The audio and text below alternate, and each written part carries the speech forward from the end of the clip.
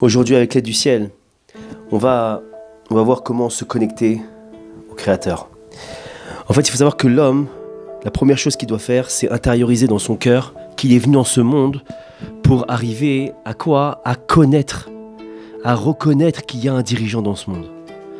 Maintenant, pas seulement de reconnaître superficiellement la chose, mais de parvenir à la connaissance claire, nette et précise, que seul le Créateur fixe tout et que l'homme n'est strictement rien dans ce monde.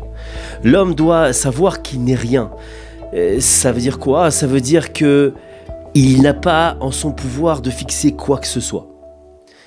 Tout ce que l'homme fait, en fait, c'est uniquement par le fait que Hachem, Dieu, il lui donne les forces d'agir comme ça. Sur ça, on a une obligation claire, nette et précise. C'est tout simplement de ne pas tomber dans la fausse croyance de croire, comme dit le passage, le pasouk, c'est ma force et la puissance de mon bras qui m'ont permis de faire cette guerre.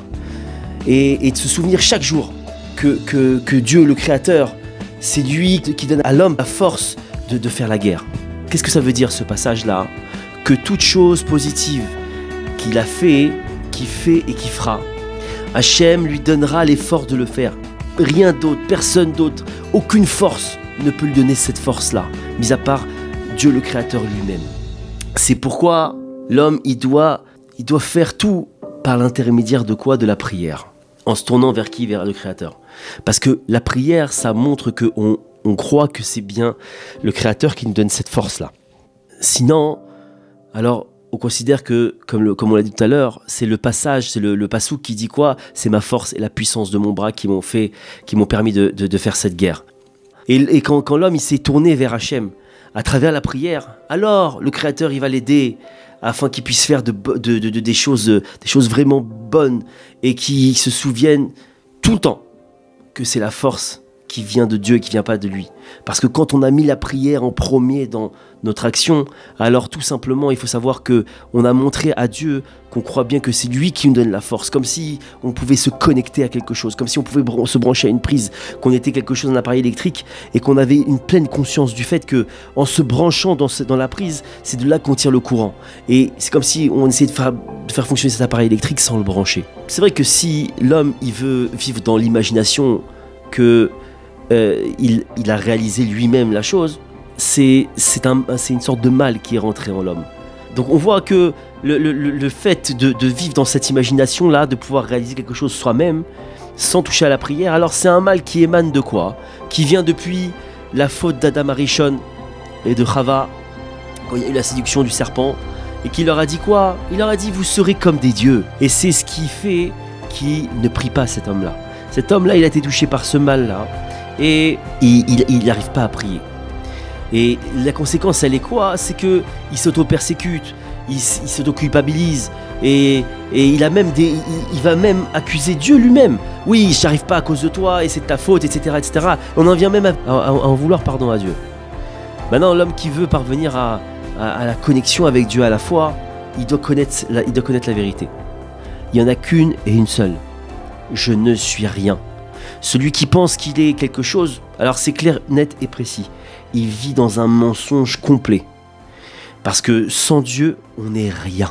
Celui qui pense qu'il est quelque chose, entre guillemets, sans le Créateur, et qu'il est vraiment il a vraiment cette idée-là profondément en lui, cet homme-là, il reçoit davantage de coups. Il reçoit davantage de punitions. À travers quoi on le voit, c'est ici ça va pas. Et ici, il y a c'est compliqué pour avancer, pour créer quelque chose, pour réussir dans le business ou dans les acquisitions de certaines choses, etc., etc. Des fois, quand cet homme-là, il persiste dans ce chemin-là, de penser qu'il est quelque chose, des cieux, on décide quoi? De le laisser dans son illusion. Et, entre guillemets, malheureusement, il arrive à avancer, il arrive à s'arranger. Et c'est là où la déconnexion, elle se fait totalement. Parce que là, il croit véritablement qu'il est quelque chose sans Hachem et qu'il n'a pas, entre guillemets, besoin de Dieu. Parce que ce type-là, pourquoi il arrive à abandonner tout? Parce qu'on lui donne la sensation de réussite. Et en vérité, c'est quoi cette réussite qu'on lui donne? C'est tout simplement son salaire dans ce monde-ci. Et le problème, c'est que ils arrivent à des déceptions à chaque fois. Je donne un exemple, un entrepreneur qui dirige son entreprise avec une grosse pression sous tension continue, avec ses souffrances, avec la peur, avec la pression, avec toujours cette crainte de rater, de ne pas être le meilleur, etc. etc. Qu'est-ce qui lui manque? Il lui manque une chose. Il lui manque la foi. Il lui manque cette connexion avec Dieu, cette connexion de croire que c'est pas lui qui dirige. Il lui manque cette connexion avec le Créateur, il lui manque cette façon de comprendre la vie et de concevoir bel et bien que c'est pas lui qui dirige sa vie, que c'est pas lui qui dirige le monde, que lui n'est rien, il n'existe pas et que seul le Créateur dirige sa vie, sa société, ses employés, son business, ses réussites, ses contrats. Il y a une chose qui est claire. Maintenant, un homme qui a la foi, c'est sûr qu'il peut travailler, il n'y a aucun problème. Et son travail, il sera complètement différent. Parce que, de deux choses l'une. La première, c'est qu'il comprend que c'est pas lui qui dirige sa vie. Et la seconde, il comprend que la finalité, c'est pas ce monde-là. Donc quand il rate quelque chose dans ce monde-là, c'est pas grave. De une, parce que c'est pas lui qui dirige sa vie. Et de deux, parce qu'il sait que c'est pas la finalité. Et c'est une personne qui a compris quoi? Qui a compris que ce monde, c'est pas un bon endroit pour investir. Parce que tout simplement, à 120 ans, quand on part, c'est chose qu'on laisse ici. Et à contrario, un homme qui a pas la foi, sa vie elle est pleine de souffrances. Il est continuellement à se poser des questions, et comment je vais faire, et il va avoir des épreuves, il va avoir des peurs, et il va être toujours dans la confusion, et parce que quoi? Parce qu'il investit toutes ses forces dans ce monde-là. Et il croit à une autre chose, il croit que c'est lui qui dirige sa vie et qui dirige le monde. Et alors quand ça va pas, c'est une catastrophe pour lui. Et même quand ça va, il a peur qu'il y ait quelque chose qui aille de travers. Ça le met hors de lui, ça. Parce que selon son raisonnement, c'est lui qui dirige. Et tout ça, ça arrive à cause de quoi? À cause tout simplement d'un manque de foi. Pour conclure et synthétiser, il y a une règle claire.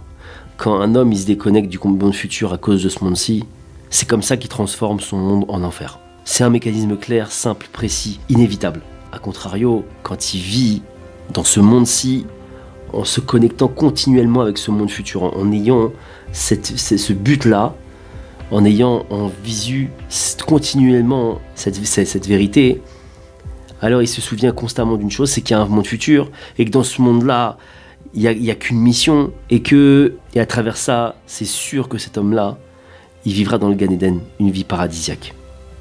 Alors on souhaite à chacun, Bezrat Hashem, de pouvoir vivre cette vie de paradis, avec cette conception de la chose qui est tout simplement que je ne maîtrise pas ma vie, que je ne suis rien et qu'il n'y a que Hachem qui dirige la vie, et que après ce monde, il y a un monde, le monde futur, et c'est sur lui qu'il faut investir. Chazak, Benit Chazak.